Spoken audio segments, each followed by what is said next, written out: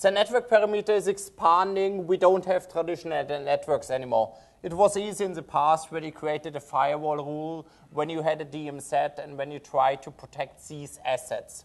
It's a little bit different nowadays because, bring your own device, cloud computing, all of this ensure that it's not anymore like it has been before. If you think about cloud computing, your data one day might be in US, the next moment might be in Europe, then back in Australia. We have to address these new security challenges in what I call a cloud era. The threats are still the same. You have the infiltration, implementation, intrusion, and then the malware tries to get the data. So no matter how big the walls are, it doesn't matter. You have an insider threat by somebody creating a rogue Wi-Fi hotspot within your corporate network.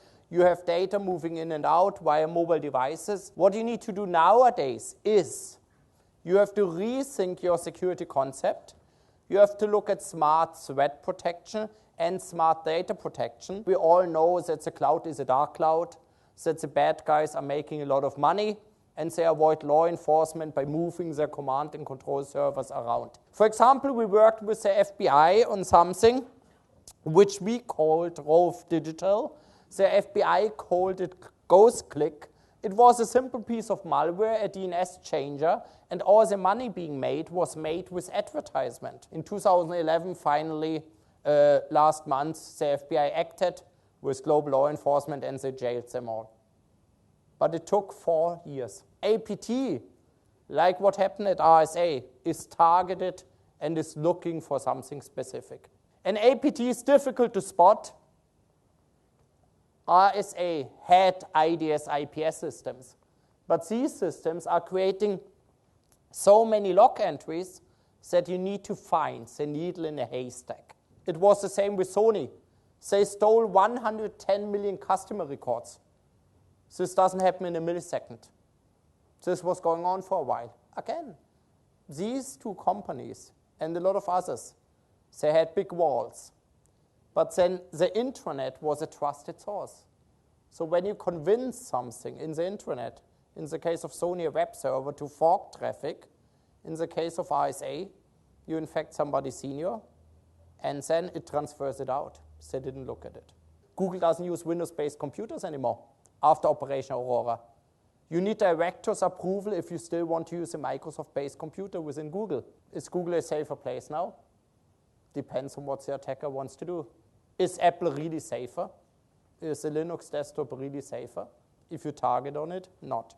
Consumerization is the next issue. So besides all the normal malware, besides all the targeted attacks, hey, we have more and more users bringing their devices into the corporate network. What about if one of your employees has an iPad, is handling corporate documents on his iPad, and enables iCloud?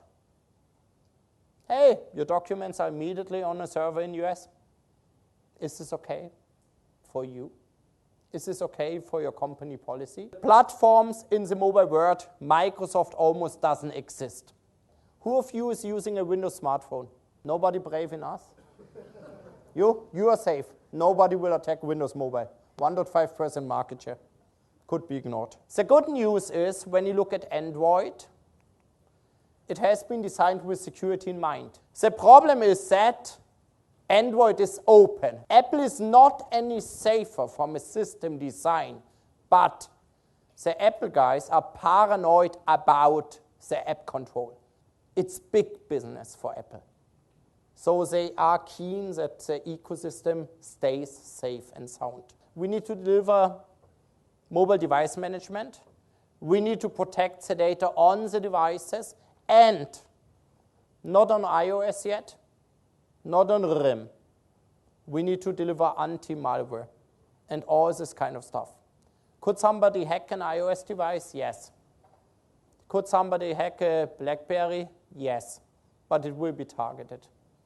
And it will be not that easy. Could you do it easy on an Android where nobody controls?